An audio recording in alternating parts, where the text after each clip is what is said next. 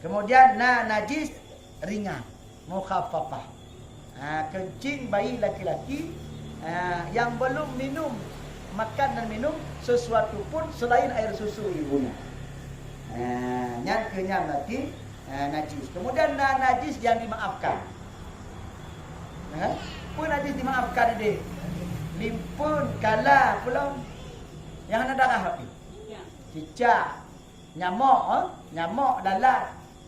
Yang berarti yang hana darah. Yang bangkai memang itu najis, tapi najis itu dimaafkan. Ketika tertemayang tanya, lu termayang, Assalamualaikum warahmatullahi, Assalamualaikum warahmatullahi. Pada mak kena kala mati tu.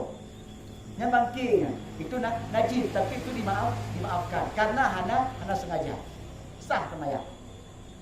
Nambah sengaja, hana punya cok betul kantong juga ngambil. Kalau kau mati kecok teman kacau, nyah dimaafkan karena sengaja nyah dimaafkan. Nyo apabila hana tepu dari itu, hana sengaja. Lu temayang bawa tepu nak kalau itu, nyah itu dimaafkan.